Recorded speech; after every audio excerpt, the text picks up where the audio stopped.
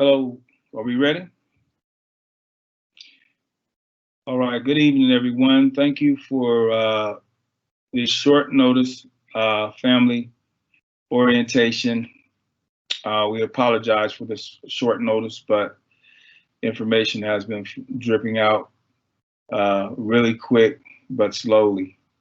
Tonight, we'll try to give you more information, and our purpose is to give you more information about what in-person learning will look like so you can make an informed decision. We are pleased to offer our students and families an option for some in-person instruction. So today we'll give you an overview and how we're committed to a healthy and safe learning environment and what you can expect if you decide to return your students to in-person learning.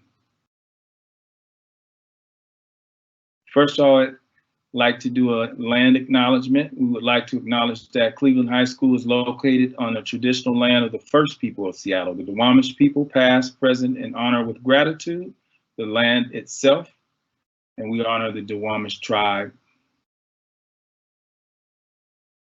Next. So for our outcomes this evening, we're going to learn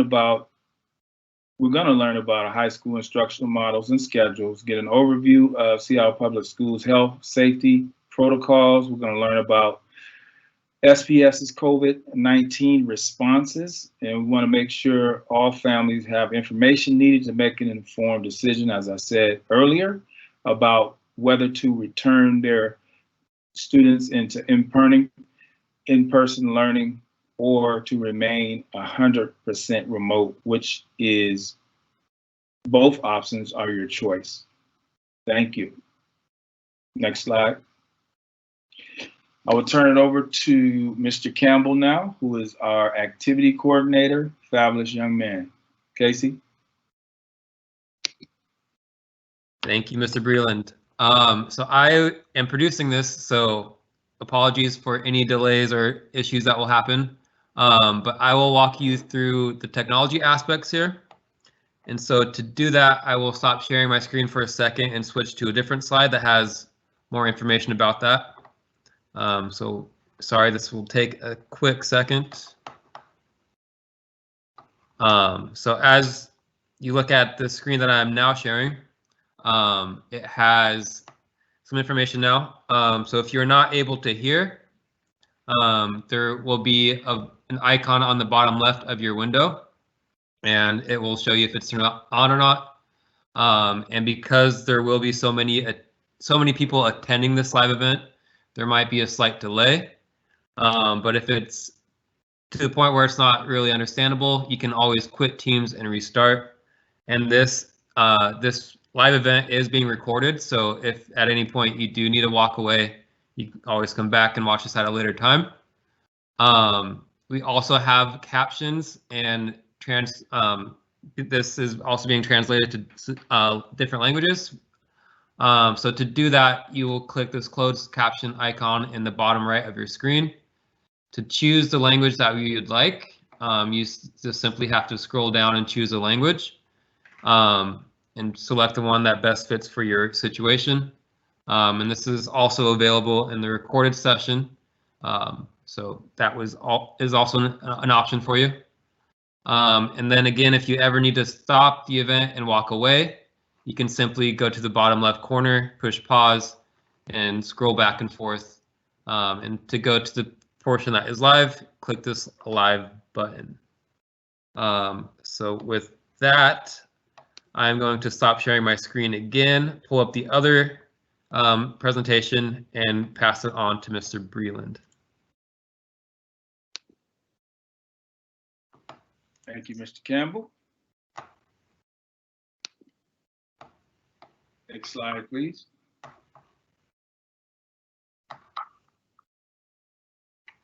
So the health and safety protocols for students, staff, and families have been our priority since day one. So I have a script, but I'm not a script guy, so I'm just going to keep it real. we have been working really, really hard to get our building together to meet CDC guidelines, King County Public Health, Department of Health, Labor and Industries. We've been partnering with central office staff and facilities to get our HVAC systems together, providing PPE for all our students and staff, to get our protocols for entry, how we move around in the building, how we are using 6 feet protocols for our staff inside the classroom, how we transition from class to class. So we've been working really hard to make sure that our ventilation systems, our air is clean, and that students are safe. Now, I will say, because we're not all vaccinated, it's not 100% chance that COVID may be transmitted. But we're doing everything we can to make sure that our students and staff will be safe as possible by following the guidelines, making sure the building is safe and we have proper gear and following protocols and procedures. So that, to me, that's not a script. But we really want to give you all the information so you can make an informed decision. Me and Ms. Brown and Mr. Morales and Mr. Pollard have been in the building since September. We've been blessed. We're still healthy, but we know it's a risk.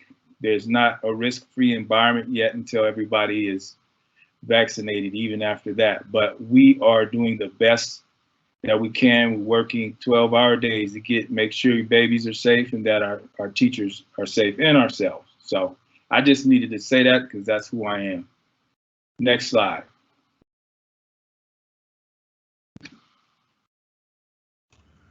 Here is our return in-person timeline.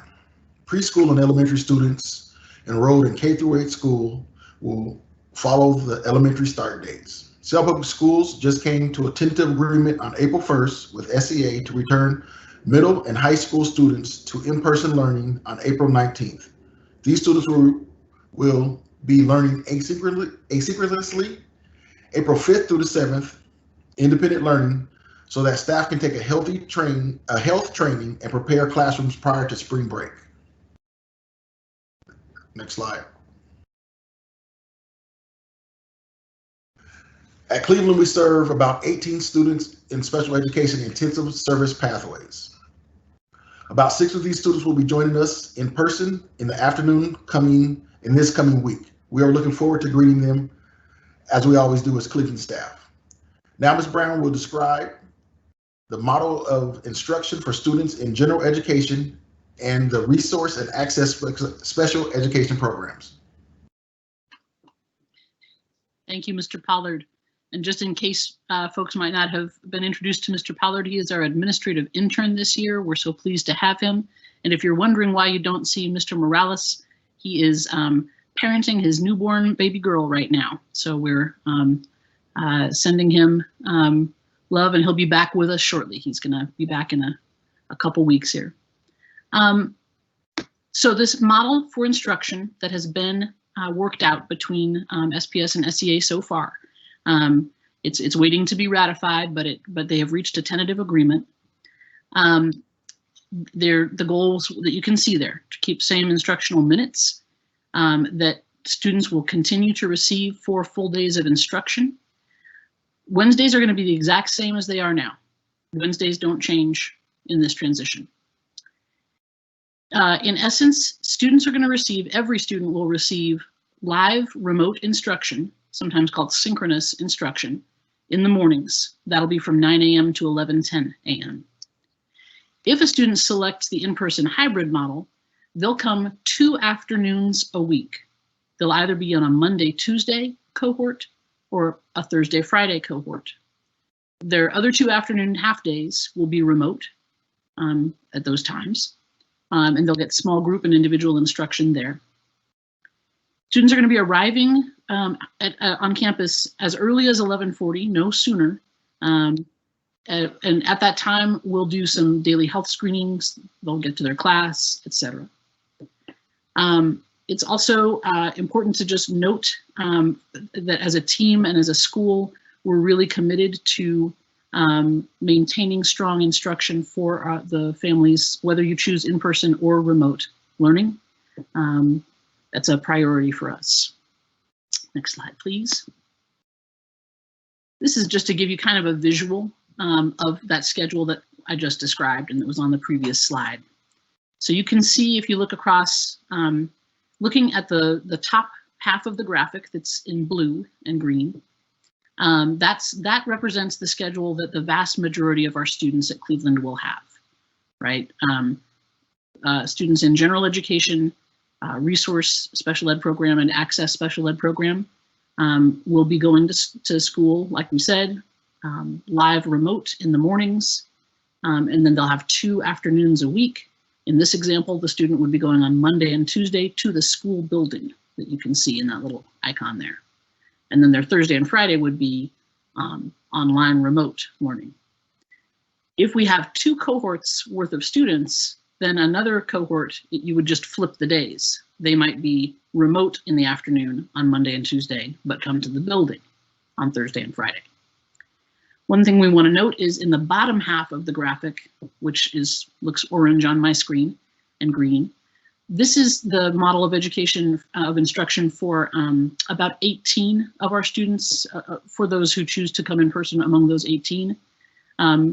Due to their IEP, they can receive services 4 days a week in the afternoon. So that's a small number of students, but we want to acknowledge them, and some of them are going to join us next week. That's an in-person visual example. Now let's look at the next slide, the 100% remote example schedule with visuals there. Again, you know, they'll be with all their peers on a Teams meeting in their classes, just like they've been doing. That'll be happening in the morning between 9 and 11:10. In the afternoons, their peers are headed, some of their peers are headed into the building, and there are still possibilities for contact and some work conferencing, maybe some small group work with teachers in the afternoon. I want to just acknowledge that is something that it's a very new model of instruction. And our teachers at Cleveland are amazing, as many of you know. And we have a lot of confidence in them to figure out how this is going to look. It's hard to describe right now because we're figuring out how it's going to be. But again, our priority is to make sure that remote students will be able to access instruction in an equitable way.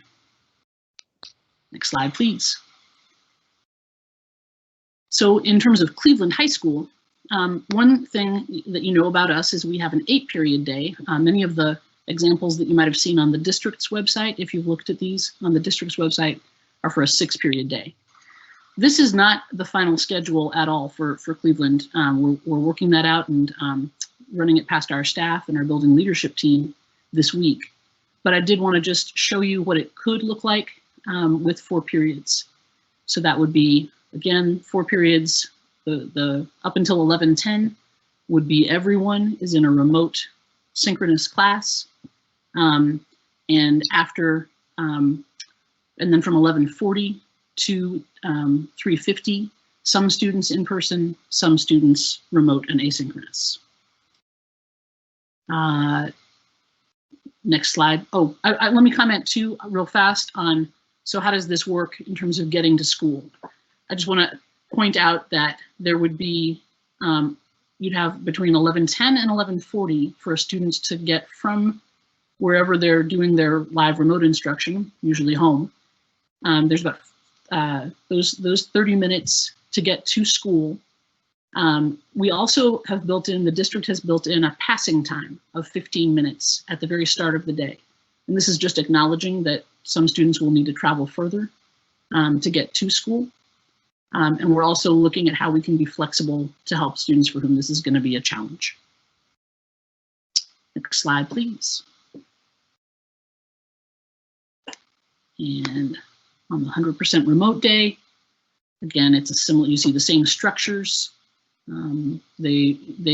Those students should still be participating in school, and they will have work provided and some guidance and support provided to help them be learning throughout the day. Their time that's kind of the guaranteed time with both peers and teacher is the morning. Next slide, please. Yeah, we want to pause here and look at any questions that might be coming our way. You're very welcome to drop some questions. I think I see some there. Mr. Breland, do you want to call any in particular out? Yes, 2 questions. One was, when will we know which cohort the students are in so we can arrange time off of work to drive them to and from school? Yeah. And go ahead. You go ahead. I'm sorry, Mr. Breland. No, I just responded that hopefully we'll find out sometimes next week after the surveys are turned in and sorted by school. So it could take next week. It could also go into spring break. And I think all I could add to that is I believe that the survey's closing time and day is Tuesday at midnight, or 11:59, I should say, p.m. And I think I remember that they're going to try to get that data to us late Wednesday, but I know that it's a lot to sort. So, yep, that's all I could add to that. Another question, I already have an answer, but I'm sure it's somebody said, what percentage of teachers and support staff are fully vaccinated? And we cannot ask them that question. That's private. It's a privacy question.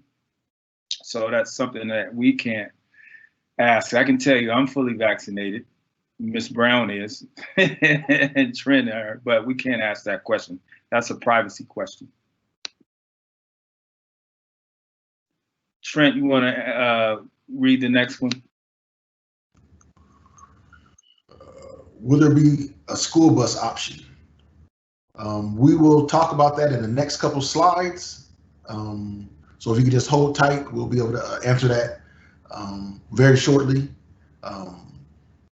But I appreciate your patience.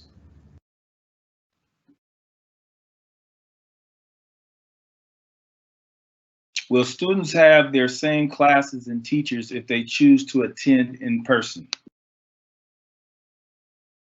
We think very, very, very likely, yes. We are, obviously we need to see how many students are coming back. The only case where that might change is if we had some kind of, and we're told that this is, very rare from the districts that have already done this. But if we had imbalanced, like too big of a class, and had to redistribute students into different teachers or classrooms, but we're told that that's unusual, that like a good 90–95% of the time students are getting, the schedule works out just like you want it to.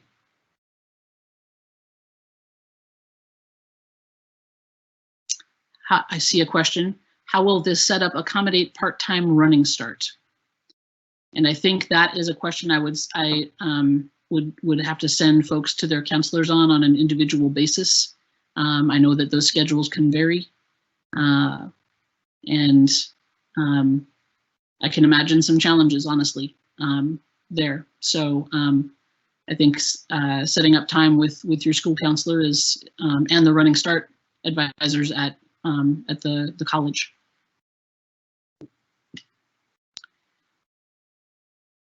I also see, does the student choose what days to go to school? And the answer is no. The student is designated into one of two cohorts. Although I want to say one note about this, actually, that I kind of wish was in the slide as well. It is possible, there is a possibility. If not very many students and families choose to do in-person learning, we might only need to have one cohort, right? If, let's say, I don't know what the magic number is, but whatever that percentage is, 20% or 30% of students are all that are ever going to come into the building, then there could be a Monday, Tuesday afternoon in-person cohort, And then our Thursday, Friday schedule would be what it is now. And everyone would be doing remote synchronous learning on those days. So I just want to name that as a possibility that might happen, depending on what the survey results are.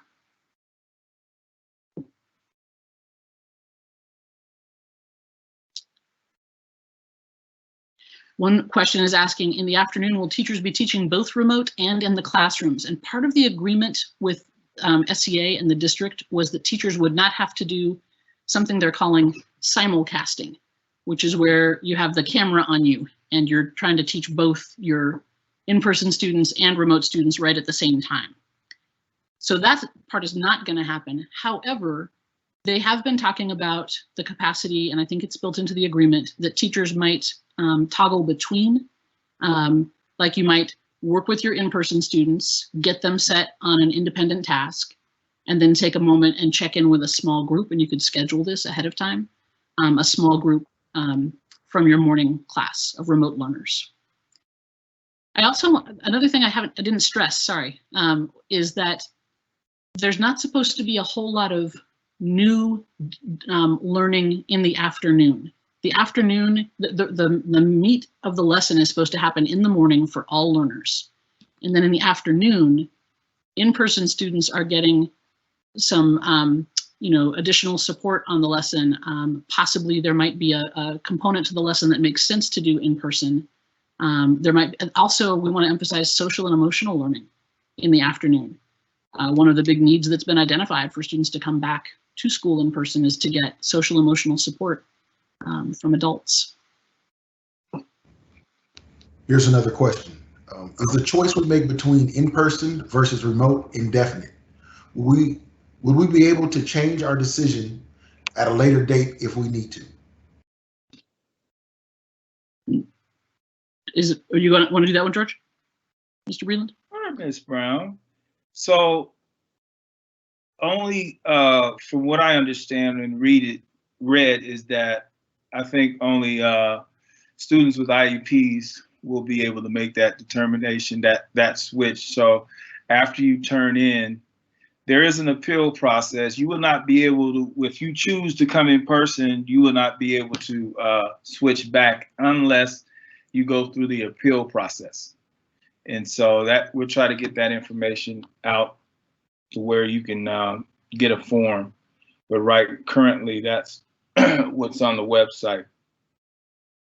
Ms. Brown, there was another question about lunchtime and how it's going to be a tight travel time between remote learning and then getting to school. So I just responded that we're going to be flexible with students to make sure that they're not marked late if, they have that time. But yes, it is a quick turnaround time. And so we did not make this schedule. We're just trying to, make lemonade out of lemons. But we're human beings too with compassion. So we'll definitely work with your students to try to make sure that we're flexible with those travel times. Here's another question, Mr. Breland, that spoke to what you kind of touched on before. What if I don't fill out the survey? Can I do it later? Basically saying, can I wait until my son receives his second dose? Can I do that?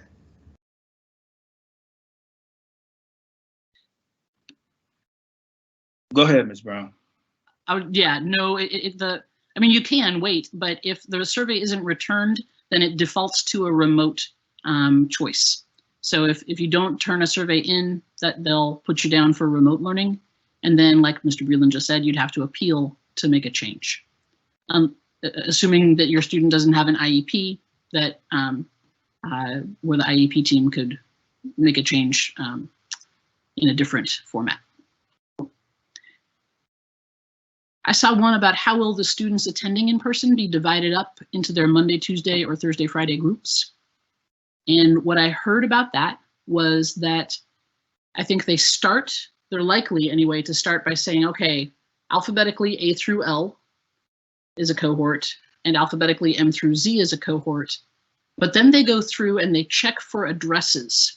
because sometimes we have siblings, right? Or people who are in the same household who have different last names. And so they're going to try to guarantee that students in the same household would be in the same cohort, because that will be obviously easier for families.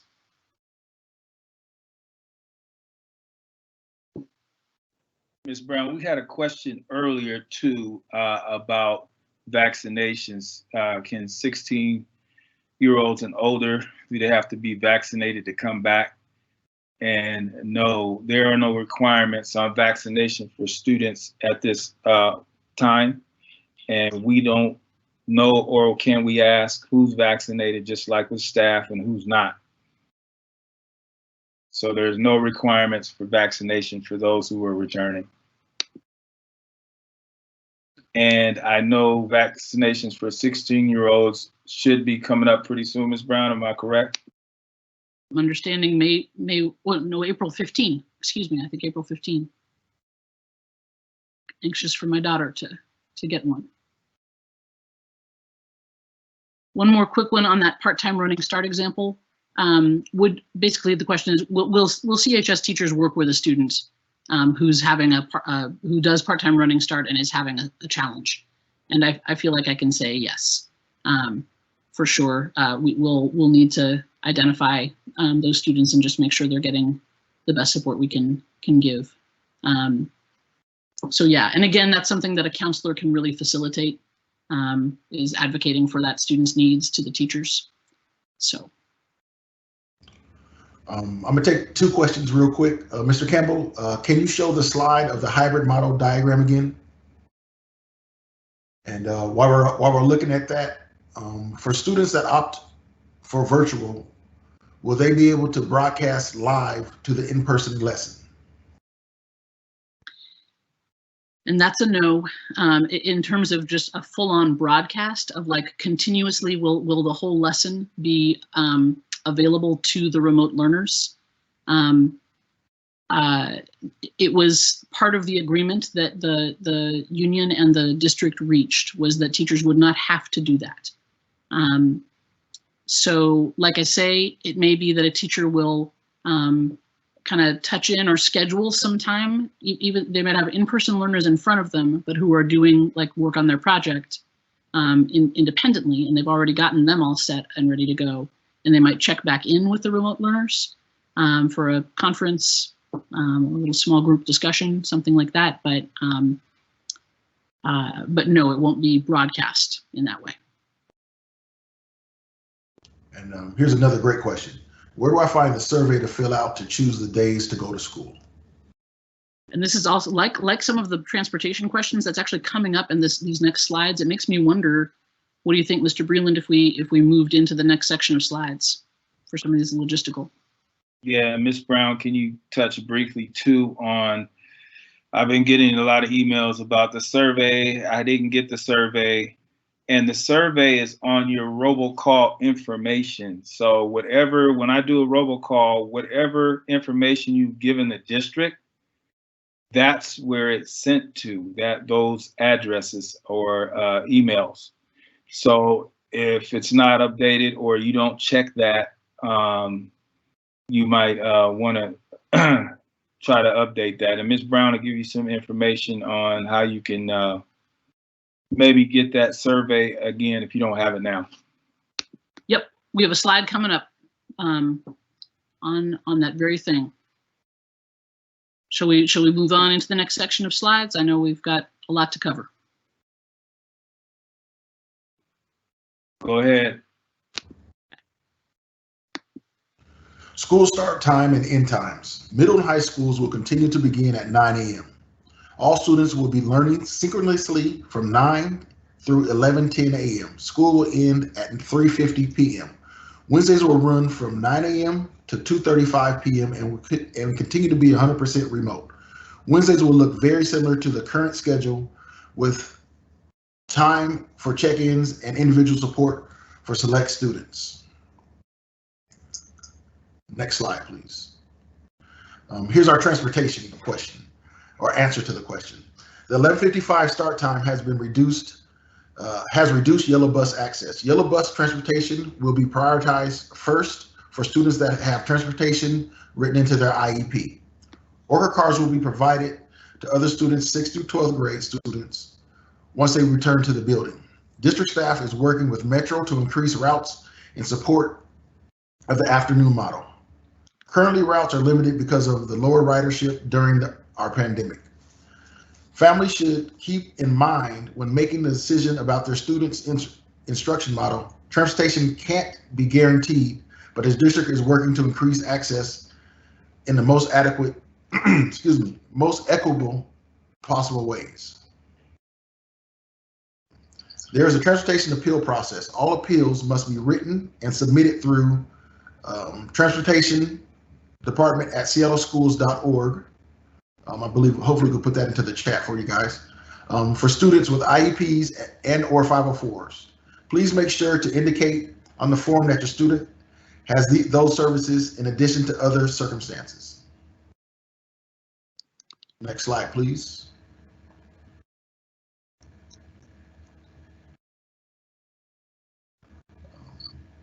Middle and high school students will have 45-minute break in the schedule to get lunch and to travel to school if necessary. No, it is not yet clear how grab-and-go lunches and snacks will work in for high school students. More information will be provided very, very soon. Next slide, please. Thanks, Trent. And I want to highlight one thing from that previous slide, if I may, which is just that, because I think this is something folks would want to know. Students are not going to be allowed to eat inside the building. And this is about a COVID safety protocol. We know that, of course, to eat, you got to remove a mask, and it's associated with some of the highest, transmission possibilities are around people eating or not having their mask on. So we definitely acknowledge that between you got to get, from your house to school and somehow eat some lunch, and you can't eat inside the building. This is a difficult setup. They are working on it, and I hope that in the coming week we're going to have some more information. But I know that's a big thing to be aware of. Okay, the survey, big other question. So you may have already received in your email, like Mr. Breland said, that is the one that the district contacts you by, this survey. It has a funny name that that can maybe go to your junk mail. It's called No Reply at, I believe this is qemailserver.com. I'm going to say that again. The survey will be coming to you from a sender whose name is No Reply at qemailserver.com. So if you haven't received it, we're going to ask that you let your advisor know, your student's advisor know, and or school counselor in case your student doesn't have an advisor. They're in Running Start. Please let us know, and then we can get to you a link that will help. But what they've told us is it's really in your interest to return the survey from your own email. That will be less cumbersome for you, and make sure that the data is more accurate in general. So check your email for sure.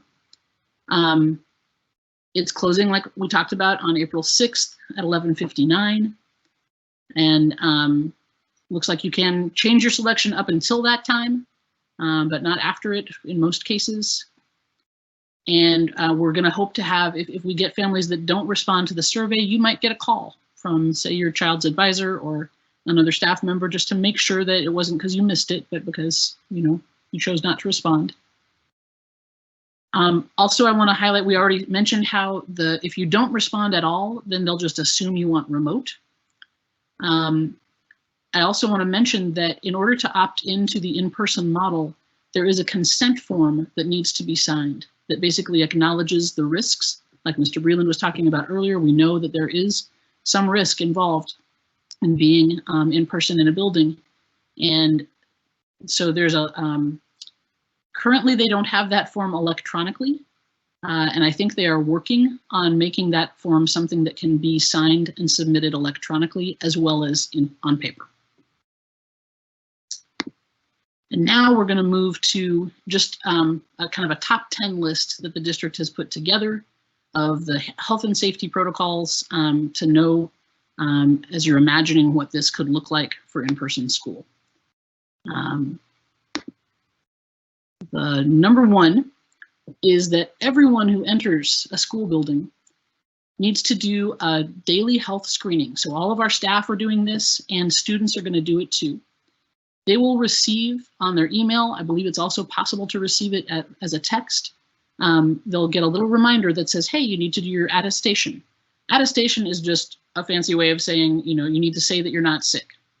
You answer some questions, just answer them honestly. And if you don't have symptoms or you haven't been around anyone who's been diagnosed with COVID-19 or ordered to quarantine, then you'll get this little check mark that lets you know you're approved to go to the building. When you get that check mark, it also tells us, it fills in a spreadsheet that shows us, here's everyone who's approved to go in the building because they've done their attestation. You do that prior to 10 a.m. And then when you show up, we're going to have you enter in 2 places. There's 2 possible places to enter. One is at the bottom of building 2, and the other is on the side of building 1 that faces toward the cafeteria. We're going to send you more information about that. You don't have to memorize that now. But when you show up, you'll stand in line probably for a little bit, 6 feet apart. But we think we're going to get this done pretty quick. If you're approved on that list, you go right on into the building and head to class. I'm going to pass it to Mr. Pollard for the next slide. All students and staff must wear a cloth face covering / a mask or the other approved alternative at all times. Mask must be worn on the bus. If a child does not have a mask, we will provide one. Staff have also installed plexiglass barriers in front of the office and in specialized rooms that may serve students because of their developmental disability can't wear a mask. All mask protocols align with CDC and public health requirements. Next slide, please. So this slide is about how buses work, but as we just told you, it's a pretty small number of students that are going to be allowed to be on a yellow bus, basically unless you have an IEP or in the McKinney-Vento program or another special program. But this describes how students will be kept safe on the bus, which is good to know. Mr. Pollard. Once students arrive at school, the daily health screening will be confirmed. If parents are dropping off students or students arrive at school on their own, they will wait at the designated area where Ms. Brown just talked about, building by the cafeteria between building 1 and at the lower side of building 2. They will also have to remain 6 feet apart until a staff person welcomes them into the building. Ms. Brown. Thank you. This is that idea of a cohort again. One thing to understand, if you're a family that has elementary school children, it's a little different from elementary. Our cohorts are. In elementary, a cohort of students kind of stays together all day, and in many cases, they only see certain adults all day. At the secondary level, that's not possible to do. So students will intermingle. They'll follow their schedule, as you saw, and teachers will be teaching all 4 days and see both cohorts. So we just want to understand that, want you to understand that those 2 meanings of cohort are a little different. Also, we want to really stress that because of that, it's going to be really a big deal that students go straight to class, that they keep their distance from each other in the hallway.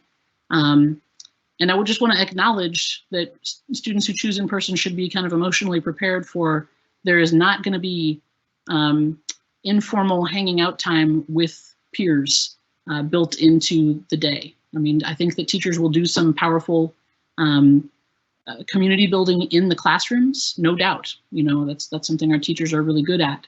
But you can't hang out in the hallway, or then there's not going to be like a lunch time to gather with friends informally. Mr. Pollard.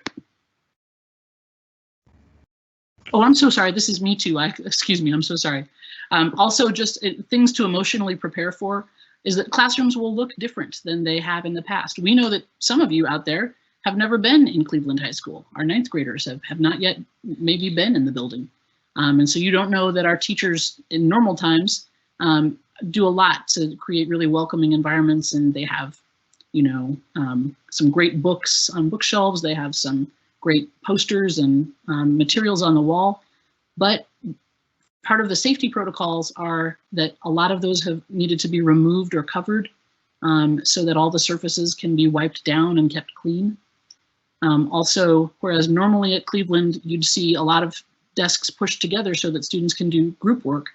Right now, the protocol is that all those desks are facing the same way, and they're 6 feet apart, and they're 10 feet away from where the teacher is at the front of the class. So we just want folks to have a picture of how that will look. Now, Mr. Pollard, sorry. Thank you, Ms. Brown. Students will have their own materials for daily use, and items will not be shared. Items coming back and forth from school to home will be limited. Locker rooms for physical education are closed during these last 9 weeks of school to help maintain health and safety protocols. Students will not be expected to change or suit up for PE classes. Students will not be assigned school-issued lockers. Students will be allowed to carry their backpacks, binders, bags to classrooms to hold their individual set of educational materials, their laptops, notebooks, pencils, and pens.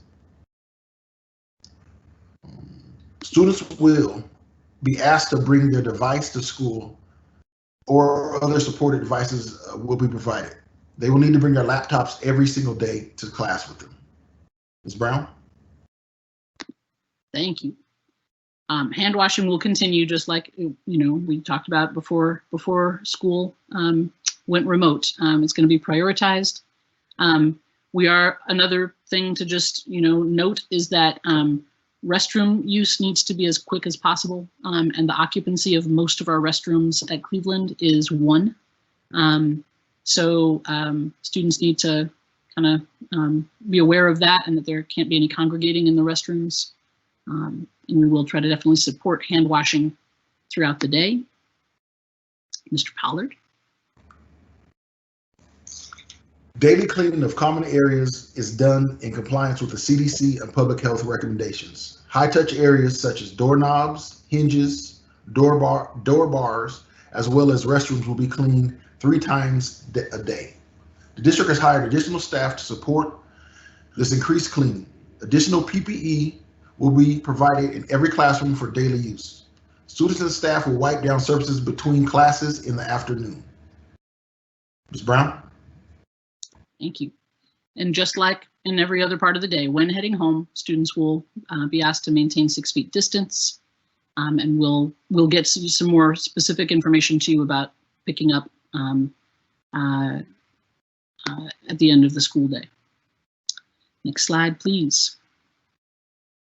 Many folks are wondering about, so what happens if a student, you know, does have symptoms in the course of the school day? And so there's a really tight protocol around this, and I'm just going to walk through it real fast. So of course the attestation, we hope, will prevent that. If nobody comes to school with symptoms, that will help a lot. But it is possible that someone a student will develop symptoms after their arrival at school. In that case, they get accompanied down to the protected healthcare room. And that's a room that I'm actually coordinating and supervising in partnership with our school nurse, who's right next door to that room. Someone will contact the student's parent immediately or guardian immediately. And at that time, we want to be really clear about this. We start at that moment to go back and say, okay, which classrooms was this student in? Who all were they near? And we get ready to inform people that they may have been exposed to COVID-19. But for the privacy concerns, we don't do that. You know, many people can have a COVID-19 symptom, and it's not COVID-19, as we know. And so we send students home and ask the families to arrange the COVID-19 test as soon as possible. And then if a test does come back positive, we're ready to go to do the contact tracing. We can start telling folks that they need to quarantine as well. Next slide, please. I think, oh, that's me. Yep. Again, I want to come back to, and I'm proud to say that this is something that Cleveland staff are really strong in. We've all been through a very traumatic time in our world's history, as well as our nation's history. And so as students are coming in, teachers are going to really be conscious around the need to build and rebuild relationships, be aware and informed by the trauma that folks have experienced, and just really trying to keep things structured and calming for students. Next slide, please. I think this is, oh, yep. And then just, these are some things that you can do to prepare your student for in-person. I want to apologize that some of the pictures on this presentation are of younger students. There were a lot more students that, or a lot more pictures that the district could send of younger students that went along with this deck. So we recognize that how you prepare a high schooler is different from a younger student. But please remember those points about how to support students as they come back. And I think we're moving now to more Q&A. Mr. Breland, do you want to pull out some of the important questions you've been seeing? Yeah, I was kind of going back. Somebody said, what is your definition of a small group? And I was just trying to figure out, but I just responded that class sizes will be determined by the room square footage, the air flow, which the HVAC system will filter, and how many students can fit in a room safely 6 feet away. So our biggest rooms can fit 15 students and 2 staff, but we have smaller rooms too that will have smaller capacity. So Ms. Brown, you want to add to that? I went ahead and published that question and typed a quick thing. I think you said it though. The very biggest would be 17 humans. That's students and adults in a room. And we're looking at that very carefully to determine what's the safest occupancy. Also, will 504 students be able to opt out after the survey deadline? I do not know the answer to that right away, but we'll try to research that. Sorry that I don't have that in my head. I don't know if that's come up in our info yet. Yeah. Another question, for clarity, students staying remote will only have less than 4 hours. I'm not, is there more to say about that question? I guess, do they mean of instruction or do they mean? Yes, well, that's what I'm guessing. For clarity, students staying remote will only have less than 4 hours. I'm guessing they're saying that, they only have less than 4 hours of school a day, but there will also be the time they could potentially email or chat with their teacher if time permits, I guess. Yes, and I would say the expectation that the district has is that students that it's a full school day for students, that students will have both work and instruction and support that could keep them involved in their learning from 9 a.m. to 3:50 p.m. I recognize that the afternoons are kind of fuzzy right now for remote students, and I just want to be honest about that. But I know that the intent is 9 a.m. to 3:50. Also, Denise had a question. I'm confused about the schedule. Will remote-only students only have instruction in the morning? It's similar, I think, to that last one, right? So yeah, their instruction will look different in the afternoon, and they won't have guaranteed synchronous time with their teacher. But things like appointments, things like chats on Teams or emails back and forth to gain support, or also just independent work that can be checked in on, are all examples of things that might happen in the afternoon.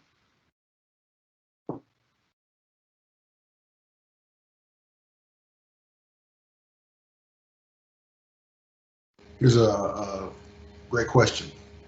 Will students be sent home if they remove their mask or don't take the safety protocol seriously? This is a great question. And it's part of the training that we're all going to be in on Monday and Tuesday, Wednesday of this week, is how to, on the one hand, you know, all schools, Cleveland and all schools are super committed to not, you know, kicking kids out if we don't absolutely have to for safety. So teaching into it is going to be a really big thing, and supporting good mask use. But you know, at a certain, if safety is the issue, then we'll do what we need to do.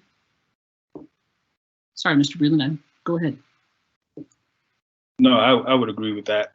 We're trying not to send kids home. We're just getting them back. But this is different in the situation where, you know, 99.9 of students that we deal with do what they come to school and do what they're asked to do. This is different. We have to be serious, and because, you know, lives could be at stake. So we are going to be a little bit more strict than we normally are when it comes to that. I'm just letting you know as the principal. So we'll be loving and everything like that, but yeah, that's nothing to play with.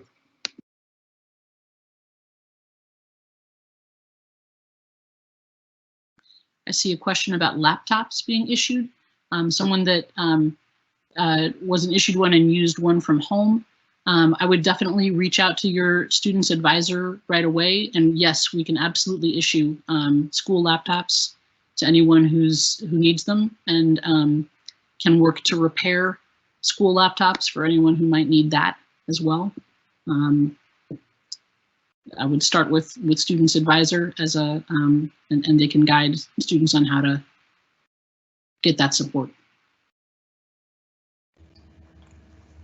What if students take the public metro? Will they be expected to wait in a designated area also? I'll answer that. Yes, students that walk, get a ride from a parent or guardian, or that drive, catch the bus, the school bus, or ride metro. Everybody will have to come to those 2 designated areas and stay 6 feet apart, and have to go through the process of entering the school.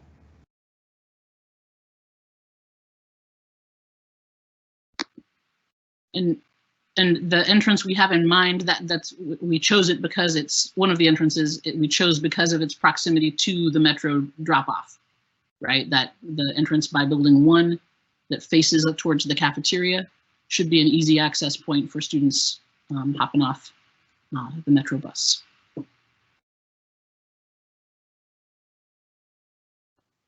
Trent, can you read the next question? I'm not really clear on it.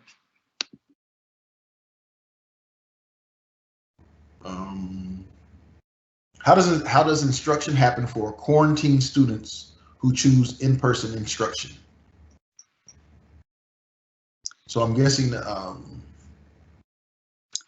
if they chose in-person and something happens and they get quarantined? I think that's right. And I feel like, yeah, I think that there's a way that they can get switched to remote temporarily and switched back. I'm not 100% sure of this, but I think there are some provisions being made for that situation. Oh, that reminds me of something I want to say though. If you choose in-person hybrid model, attendance will get taken differently than it's taken for remote. And I just want folks to know this as they make their choice. If students in remote right now don't get absences counted toward truancy, but students who select in person, any absences that they have can be considered unexcused and can count toward truancy. So that is just a thing to know, and a good reason why you want to always communicate. For, you know, obviously you would communicate if your student was quarantined, but any situation that would impact your in-person students' attendance, please reach out and let us know what's going on. If a student chooses to be in person and the schedule does not work out for them, can a student opt to be 100% remote again? And then also, can schedules Can schedules be sent out to parents before the survey is due? Mr. Breland, did you want to take the first part of that? I would say that I mentioned that earlier, that there is an appeal process. So I would imagine you can probably go through that process if you want to opt out after the survey deadline. Then as far as the schedule getting to folks before they have to turn in their survey, I just want to be real with you. I don't think we can guarantee that. I did, that is part of why we wanted to share this sample of what it's likely to look like. But we need to go through some processes with our staff before it gets finalized. And so we can't send it out probably by Tuesday at 11:59. How come in the survey it doesn't include which days a student wants to go in person? Because a student and family don't get to decide that part.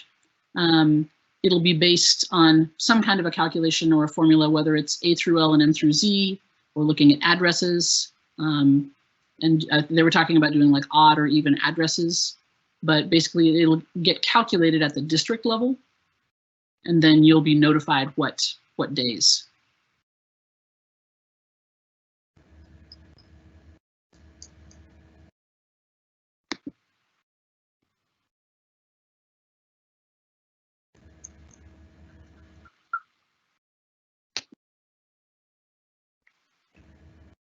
All right. Do we see anything? Oh, go ahead. Yeah, we're coming up on 8, so I think we're gonna wrap this up. Well, students and families, we're really grateful to you for making this time. Before I let Mr. Breland close us out, I'll jump in to just say, to emphasize what he said. We know that this is tight turnaround, lots of information coming at you all the time. And normally for an event like this, we'd have students presenting, and many other staff and all of that. But we just wanted to get you information as soon as possible, because we know you need to make this choice. So thanks for hanging in with us. Of course, there's going to continue to be questions, and you'll please do look out for communication coming from us this week to let you know more. Yeah, if you send questions, make sure you send them to me and Ms. Brown and Mr. Pollard. So if you can, on our district email, that'd be great. Thank you once again for coming out. I know the game was on, the Gonzaga versus UCLA game, but also I want to note that I will be, if you have any more questions, I will be at the PTSA meeting on Monday. You can find that link on our Cleveland's website. And once again, like I said, information is being poured down our throat like a water through a fire hose. And so we're trying to digest it and get it to you as clearly as possible, and the district's giving information. So if you have personalized questions, please email us and we'll try to do the best we can to answer them. Thank you.